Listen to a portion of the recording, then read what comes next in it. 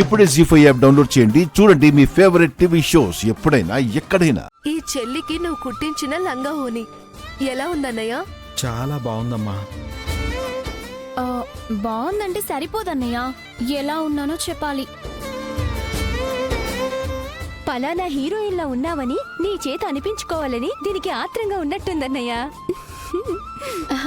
నాలో ఉందని చెప్పేసే బావా. నువ్వు హీరోయిన్వి.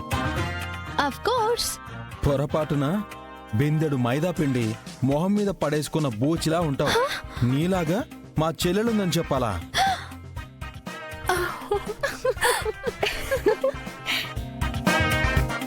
ఏయ్, ఎందుకే నవ్వుతున్నారు? నేను తెల్లగా మిలమిలలాడిపోతున్నానని మీ అన్నయ్యకి చెప్పడం రాక అలా అంటున్నాడు. నేను టీ ఇవ్వలేదని ఈయన గారికి కోపం అనుకుంటా. నేను తీసుకొస్తానుండన్నయ్య. టీలేం వద్దులేమ్మా. అమ్మ కమ్మలు తీసుకునిరా, కుముదాకి పెడదాం. అలాగే అన్నయ్య. కుముదా, నువ్వు అదృష్టవంతురాలివే. అమ్మ కమ్మలు ఇప్పటి వరకు ఎవ్వరూ పెట్టుకోలేదు. ఆ కమ్మలు నా చెవికి పెట్టుకుంటే అమ్మ నా చెవి దగ్గరికొచ్చి తీయటి కబుర్లు చెప్పినట్టుంటుంది. చిన్నప్పుడు కథలు చెప్పేది సావిత్రి అత్త. ఇప్పుడు నీ ఓణి ఫంక్షన్ గురించి కూడా జనం కథలుగా చెప్పుకుంటారు. అంత బాగా జరుగుతుంది. థ్యాంక్ యూ వదినా. అన్నయ్య, కమ్మలు చెల్లికి పెట్టండమ్మా. అలాగే.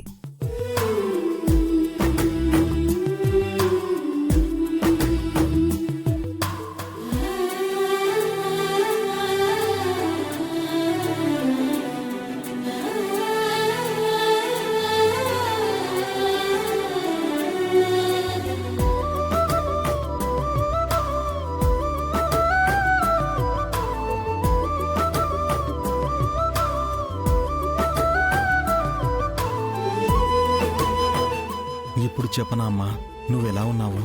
చెప్పన్నయ్యా. అచ్చం అమ్మలానే ఉన్నావు. నిండు నూరేళ్ళు ఆయురారోగ్యాలతో వర్ధిల్లు తల్లి. ఓ బావో, ఫంక్షన్లో కూర్చోబెట్టినప్పుడు తల మీద అక్షంతలు వేసి అప్పుడు ఆశీర్వదిస్తారు. నువ్వు ముందే చేస్తున్నావేంటి? అప్పుడు వచ్చిపోయే వాళ్లతో హడావుడిగా ఉంటుందని మా అన్నయ్య ముందే చెప్తున్నాడు వదినా. మనింటికి ఎవరొస్తారు? చుట్టుపక్కల వాళ్ళు తప్ప. మా పెద్దనాన్న పెద్దమ్మతో పాటు నాగవల్లి కూడా ఇంటికొస్తుంది.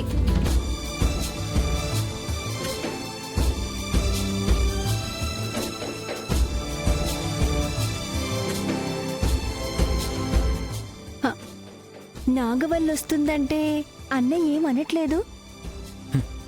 చెల్లెళ్ళందరూ నా కళ్ళ ముందు కనబడితే ఇక నేనేమంటానమ్మా? సంతోషమే కదా.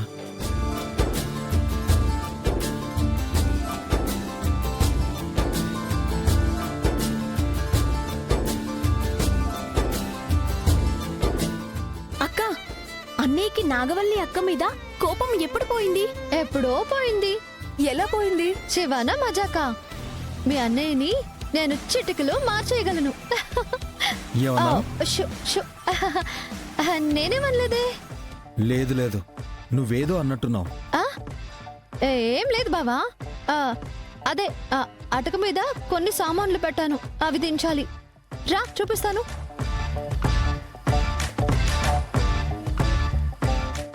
జీ5 యాప్ డౌన్లోడ్ చేసి అన్ని ఎపిసోడ్స్ పూర్తి ఉచితంగా చూడండి.